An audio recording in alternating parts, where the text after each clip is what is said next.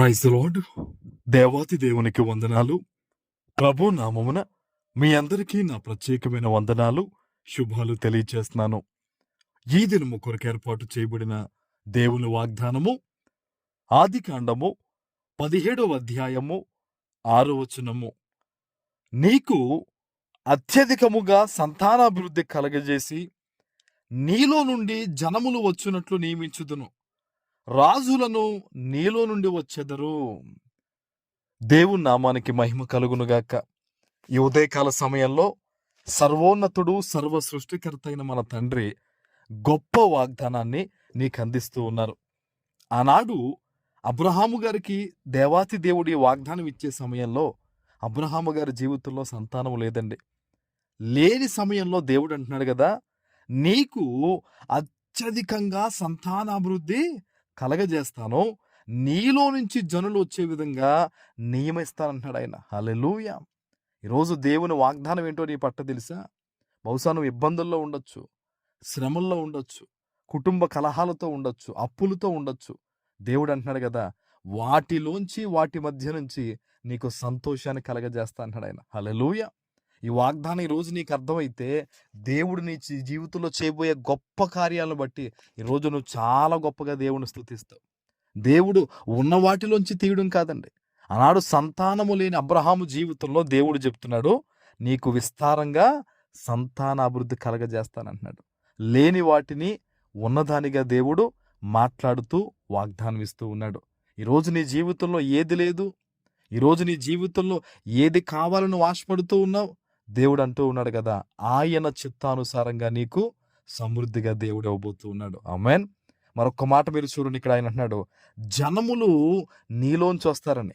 ఒక బిడ్డ కలిగితే చాలు, ఒక కుమారుడో కుమార్తె ఉంటే చాలు అనుకున్న అబ్రహాము జీవితంలో ప్రభు చెప్తూ ఉన్నాడు, జనములు వస్తారయ్యా, నీ గర్భవాసం నుంచి జనములు పుడతారయ్యా అని దేవుడు వాగ్దానం ఇస్తున్నాడు.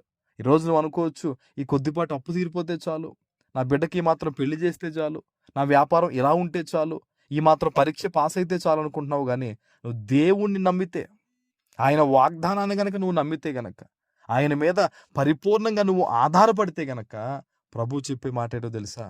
అద్భుతమైన రీతిలో నువ్వు ఫలించబోతూ ఉన్నావు, అన్ని విధాలుగా నువ్వు బ్లెస్ అవ్వబోతున్నావు అనే మాటను ఈరోజు ప్రభు చెప్తూ ఉన్నారు. హల్లెలూయా.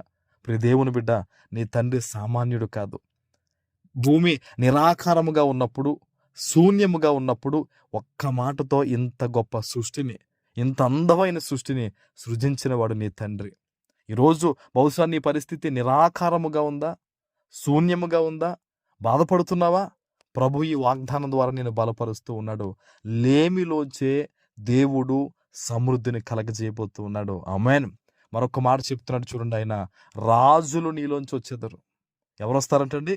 రాజులు వస్తారయ్యా అని చెప్తున్నాడు. సంతానము లేని వారి జీవితంలో ప్రభు చెప్తున్న మాట, రాజులు నీలోంచి వస్తున్నారని చెప్తున్నాడు అన్నమాట ఆయన. ఎంత గొప్ప వాగ్దానమో చూడండి. ఈరోజు నీ జీవితంలో కూడా ప్రభు చెప్తున్న మాట, ఉన్నతమైనవి నీలోంచి చేస్తానంటున్నాడు దేవుడు. ఆయన అది ఉద్యోగ రూపంలో అవ్వచ్చు, శుభకార్య రూపంలో అవ్వచ్చు, మరి ఏ విధంగా అన్నవచ్చు, ప్రభు చెప్తున్నాడు, ఉన్నతమైనది నీలోంచి దేవుడు తీయబోతూ ఉన్నాడు, నీలోంచే దేవుడు సృష్టించబోతూ ఉన్నాడు. ఆయన వాగ్దానాన్ని ఈరోజు నమ్ము, అద్భుతమైన కార్యాలు నీ జీవితంలో నువ్వు చూడబోతూ ఉన్నావు. ఆమేన్. ప్రార్థన చేసుకుందాం. పరిశుద్ధుడు అయిన మా తండ్రి, ప్రేమ కలిగిన ప్రభువా, మీకు వందనాలు. ఈ ఉదయకాల సమయంలో మీరిచ్చిన ఈ గొప్ప వాగ్దానము ప్రతి బిడ్డ జీవితంలో నెరవేర్చి స్థిరపరచమని యేసు నామమున ప్రార్థిస్తున్నాను తండ్రి. ఆమేన్.